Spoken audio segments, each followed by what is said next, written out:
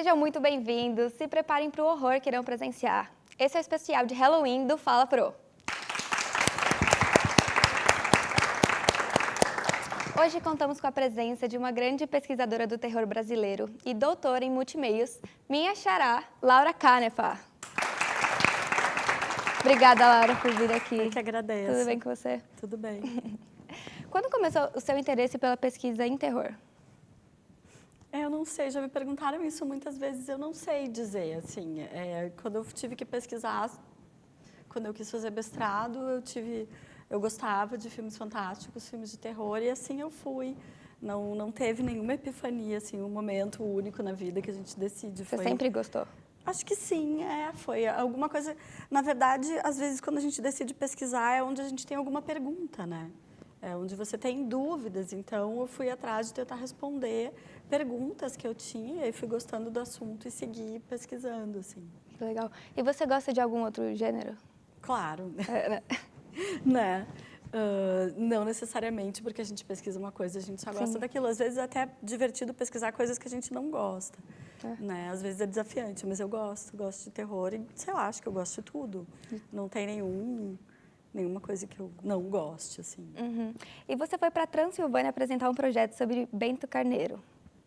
É uma maneira curiosa de contar isso. Eu fui para um congresso de vampiros, congresso de estudos sobre a figura do vampiro na cultura, né? Então, não era um congresso de pessoas que pensam que são vampiros ou nada assim. E ele acontece todo ano em Sighisoara, na Transilvânia, que é o lugar onde nasceu o Drácula. Né, o Vlad Tepes, lá no século XIII.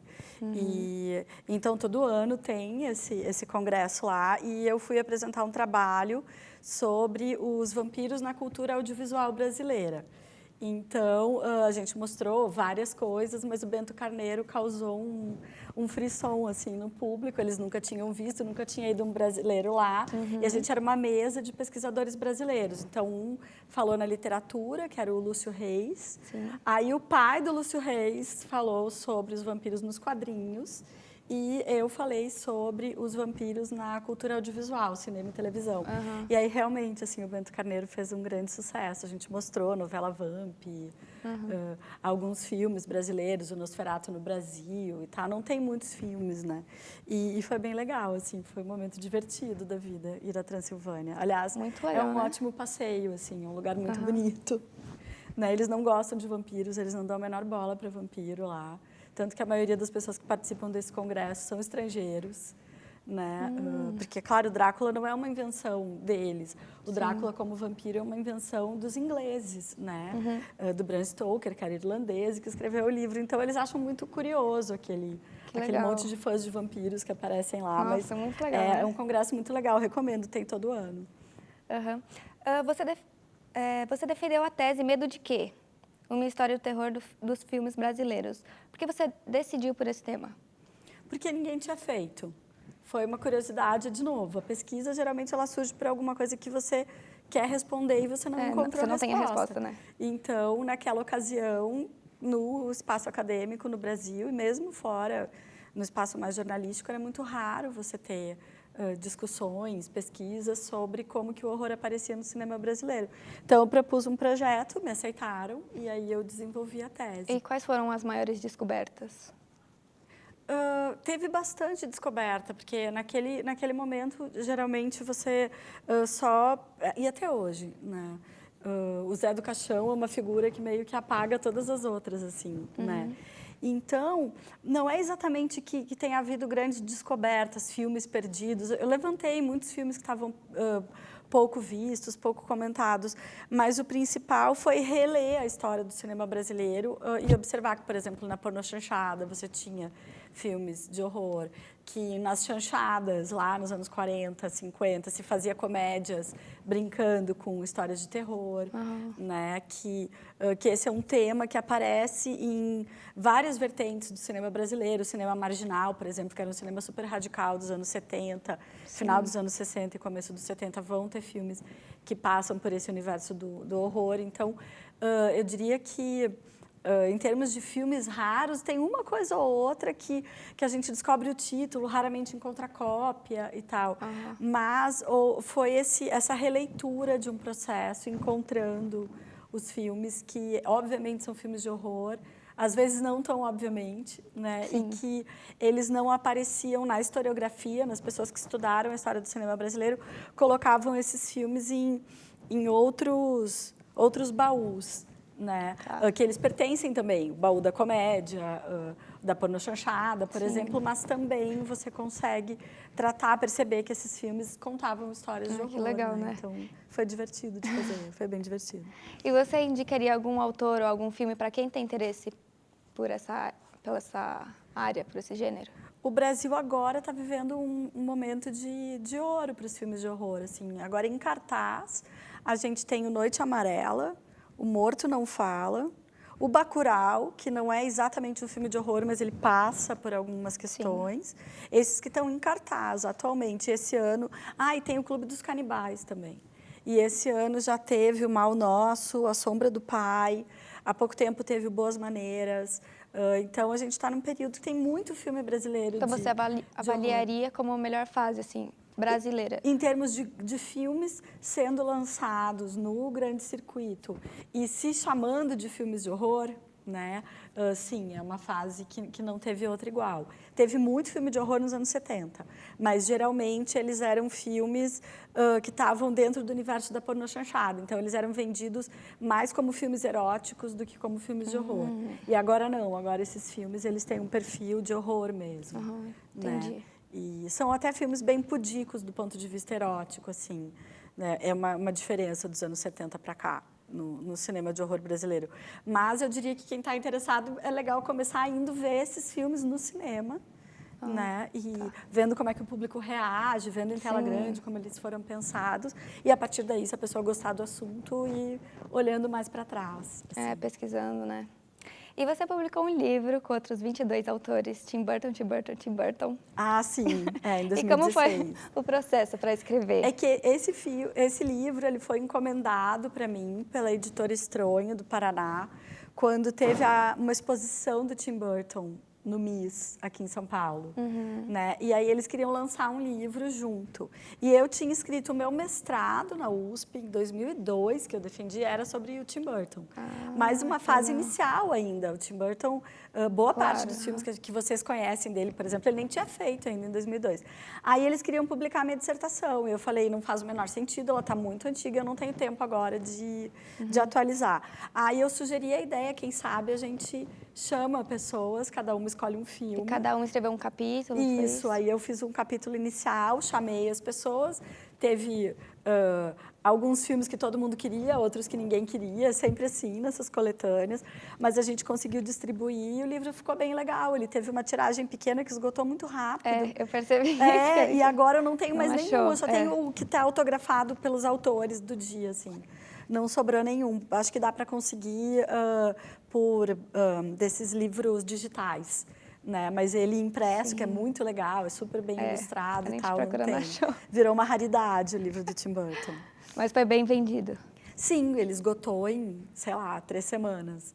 Mas aí depois não teve edição nova ainda, então eu acho que eu nem tenho para mostrar. Está lá na casa da minha mãe, eu acho. Entendi. Um livro autografado pelas pessoas. E para um filme se encaixar no gênero de terror, o que ele precisa ter? Ele precisa ter pessoas com medo de alguma coisa, que elas não saibam explicar. Em resumo, é isso. E como se diferencia do suspense, por exemplo? O suspense, ele é uma espécie de recurso que você encontra em qualquer gênero. Né? Você vai encontrar o suspense, por exemplo, no chamado thriller policial. Né? Você pode encontrar suspense em comédia romântica. Será que eles vão se encontrar nessa festa ou não? Que roupa ela vai colocar? Né? Você encontra suspense em, sei lá, no Toy Story. Né? Você encontra em qualquer filme que você pensar, filme de gênero, filme narrativo, esse recurso do suspense, ele está presente. Sim, verdade. Né? Então, são coisas diferentes. O horror, como ele vai colocar personagens diante de uma ameaça que eles não sabem explicar, né? Ele vai, em geral, se favorecer muito do suspense, quer dizer, dessa espera, dessa suspensão da narrativa em que você fica aguardando o desfecho, o desdobramento de uma determinada situação. Mas são coisas diferentes. Às vezes, o que acontece é que a pessoa, quando gosta muito de um filme de terror, ela não quer dizer que é de terror, ela diz que é de suspense. É mais ou menos como não é pornô, é erótico. Não é terror, é suspense. É uma maneira da pessoa, sei lá, usar palavras que sejam eufemísticas, assim, né? Que não é todo mundo que se orgulha de gostar de obras que são mais diretas, mais intensas, que fazem muita referência ao corpo, né? Então, a comédia pastelão, o horror, aquele melodrama que a pessoa se acaba chorando. Quer dizer, né? Então, as pessoas tendem a ter um certo constrangimento mesmo de assumir que elas podem se entreter muito e ter insights sobre a vida e sobre a arte diante de obras que apelam muito, digamos, ao corporal. E o horror, ele tem esse aspecto como o filme erótico, que também tem, como a comédia pastelão e tal. Então, é comum. A gente vai ver, geralmente, o suspense é o filme de horror bom. Né? Quando a pessoa dá esse nome é porque ela gosta, tipo assim, o Iluminado. Não, o Iluminado não é horror, é suspense. Né? Mas não, é só uma espécie de preconceito, às vezes, em dar nome das coisas, os nomes que elas têm. Certo. Assim. E o horror e terror, tem alguma diferença? Depende da época do autor que você pegar. Então, alguns autores, eles vão dizer que o horror, ele apela mais para o físico, tipo Jogos Mortais. Né? E o terror, ele apela mais para o que a gente chamaria de suspense, para o medo de alguma coisa que não se apresenta, né? Daquele monstro que a gente nunca vê, né? E tal. Outros autores podem dizer que o terror, ele é mais psicológico e o horror é mais sobrenatural. Então, para você ter o horror, você tem que ter um monstro, né? Tipo um Fred Krueger. Uma coisa mais desesperadora, assim. Para você ter o terror, você tem, sei lá, o Hannibal Lecter, né? Que é um assassino que não é sobrenatural. Ambos, eles têm alguma coisa de inexplicável. O horror, ele precisa ter um mistério com ele, alguma coisa que aquelas pessoas que estão com medo, elas não conseguem explicar, elas não sabem negociar. Né? É diferente de um filme de assalto, as pessoas ficam com medo de morrer, mas elas entendem a lógica do que está acontecendo e talvez possam negociar com o assaltante. Com um filme de horror, você não tem isso, né? Então, os personagens, eles estão ameaçados, eles estão à mercê de alguma coisa sobre a qual eles não têm controle nem conhecimento. Assim. Entendi. Então, mas aí depende da época. Hoje, por exemplo, a palavra terror, ela é pouco usada no inglês por causa do terrorismo. Como o terrorismo virou um assunto muito forte, né? E a palavra terror no inglês se usa muito para falar sobre ataques terroristas e tal, uma palavra que era usada antes para o cinema de gênero foi desaparecendo, né? Para não criar confusão mesmo. Então, não sabia. Depende muito da época e depende do lugar. Essas palavras tem em quase todas as línguas neolatinas. Até no alemão você vai encontrar terror e horror. E essa discussão tem em todas as línguas. Só não tem no espanhol. O espanhol é sempre terror, eu acho. Ah, tá. E você costuma comemorar o Halloween? Então, agora está na moda aqui no Brasil, né? Quando eu era criança, que eu sempre queria ter um Halloween, praticamente não tinha. Eu não costumo comemorar. Às vezes, no outro prédio que eu morava, acho que o brasileiro em geral, né? As crianças agora, no outro prédio que eu morava, que tinha criança, uma vez chegaram no dia 31, todas vestidinhas, assim, eu não tinha nenhum doce, eu sempre tenho doce em casa. Mas queria hoje, gente. Eu fiquei mó triste, assim, que eu não tinha doce para elas, mas eu nem lembro. Agora, as minhas sobrinhas adoram. É a festa que elas mais gostam. Então, quando eu fui para Transilvânia... Aí você incentiva, né? Eu tive que trazer morceguinhos de brinquedo para elas e tal. E eu vejo que as crianças agora gostam do Halloween. É uma festa que eles se divertem, assim. Sim, verdade. Bom, agora um quadro aterrorizante. Ele chama Que Bicho é Esse?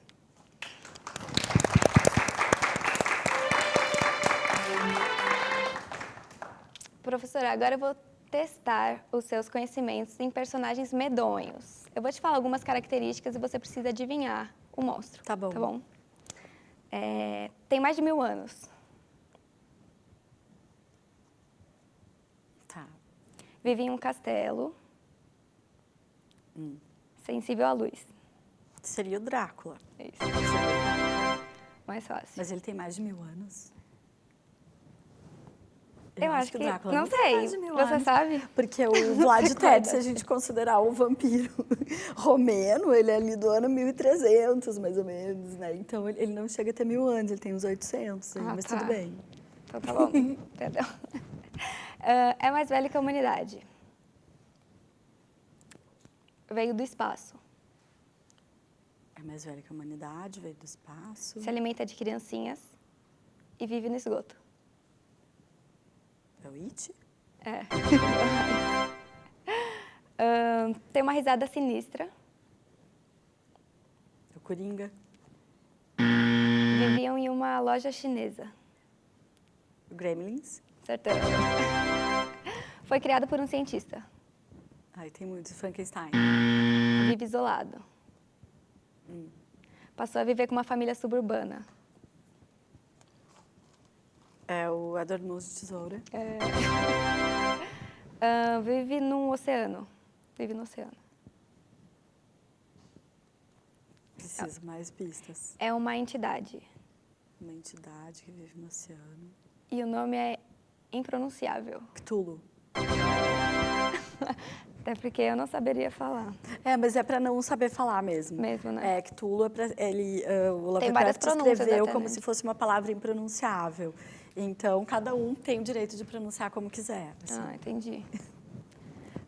É uma criança morta e assombra um casarão. Ah, tem bastante. Nunca conheceu a própria mãe.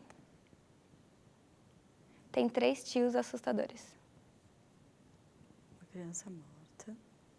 Gente, eu não sei. Gasparzinho. Ah, o Gasparzinho, é verdade. Aê! Acertei, eu só errei um, então tá, eu tô bem. Agora é a hora de voltar ao momento mais temido da faculdade. Esse é o Prova Surpresa. Bom, o quadro funciona assim. Eu vou fazer algumas perguntas e você precisa responder o mais rápido possível. Tá. Tá? O Estranho Mundo de Jack ou Coraline? O Estranho Mundo de Jack. Uma viagem longa de avião ou curta de ônibus? Curta de ônibus. Slasher ou gore? Slasher. Livro ou filme? Filme. Café preto ou cappuccino? Cappuccino. Tim Burton animação ou live action? Animação. Ligação ou mensagem? Ligação. Vampiro ou zumbi? Vampiro. HP Lovecraft ou Neil Gaiman? HP Lovecraft. A Hora do Pesadelo ou Sexta-feira 13? Sexta-feira 13. Jogos de tabuleiro ou jogos de carta? Tabuleiro. Terror ou exorcismo? Terror. Halloween ou Dia das Bruxas? Dia das Bruxas, eu adoro a palavra, o nome Dia das Bruxas. Acho muito mais bonitinho que Halloween. A brasileirada, né? It ou... It antigo ou novo? O novo. Comédia ou drama? Comédia. Death metal ou eletrônica? Death metal. O Golem ou Nosferatu? Nosferatu. Edgar Allan Poe ou Stephen King? Edgar Allan Poe. Drácula ou Frankenstein? Frankenstein. Voar como uma bruxa ou nadar como uma sereia? Ah, voar como uma bruxa, com certeza. Ter um dragão ou Pegasus? Um dragão. Ir ao parque ou ao museu? Museu. Gostosuras ou travessuras? Travessuras. Sério. Bom, a gente... Aí, Paulo. Acertei todas. A gente investigou as camadas mais profundas do submundo da universidade para ouvir as histórias mais apavorantes dos seus alunos sobre você. Esse é o quadro, querido professor. Meu Deus. Que medo.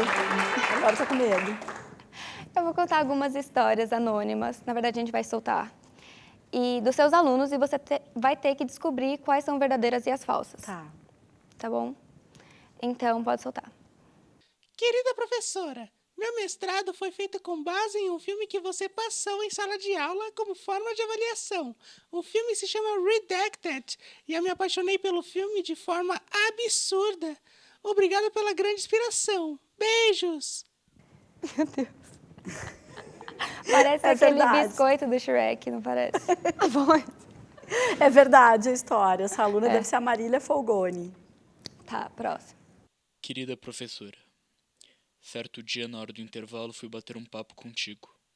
mas você me dispensou e falou que também precisava de um intervalo. Fiquei bem chateado, porque não imaginei que iria atrapalhar. Desde então, não levanto mais a mão ou abro a boca na sua aula. Gente, eu espero que não seja verdade isso. Acho que não sei. Se aconteceu, eu não me lembro. Ele deixou essa história tensa. Vai, próximo. Querida professora, no dia do meu TCC, eu estava um pouco nervoso, pois além da ansiedade, tinham remarcado a minha apresentação justamente para o dia do meu aniversário. Fiquei tão triste. Mas aí você chegou com um bolo da Starbucks e me animou totalmente. Muito obrigado, viu, professora? Eu acho que é verdade isso. Espero que seja. Eu não acho impossível. Tem a minha cara, mas eu não me lembro exatamente dessa ocasião. Tá bom, e a última. Querida professora, pensei em fazer um curta de terrir e achei que teria o seu grande apoio. Mas você olhou torto para mim e disse que era melhor eu ter outra ideia.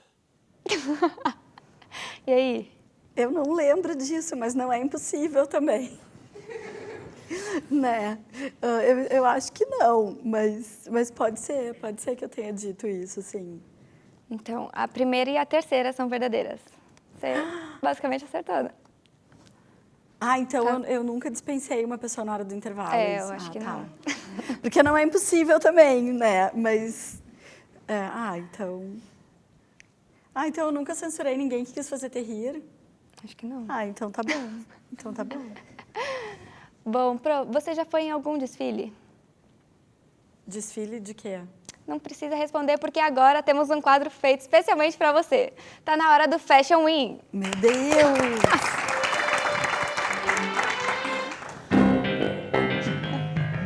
Pode entrar, galera.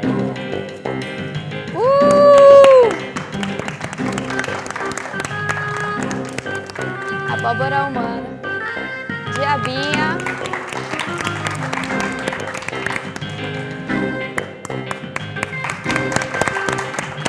Não sei o que ela é. Giovana. Luigi.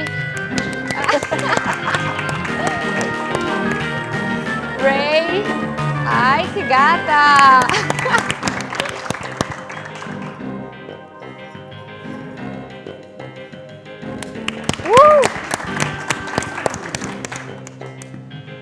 Nossa bruxa. Fred. Uau, Fred Flintstone.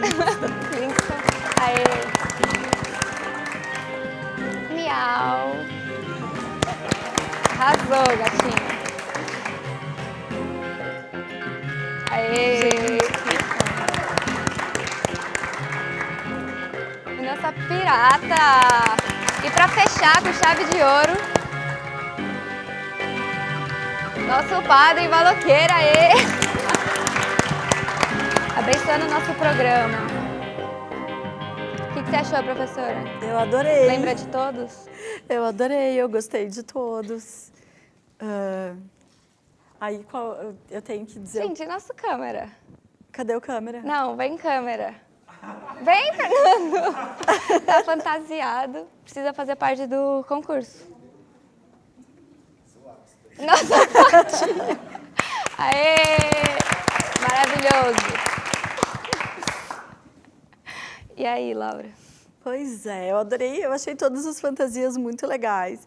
E bem como a cara do Halloween, de não ser necessariamente a pessoa vestida de monstro, Sim. né? Quer dizer, mas a fantasia que me pegou mais de surpresa foi a de Fred Flintstone. Então, Sério? Eu não esperava o Fred Flintstone Clichêzão, nesse hein? desfile, Ô, então, André. como eu achei todas muito incríveis, eu vou Pode eleger vir. o Fred Flintstone.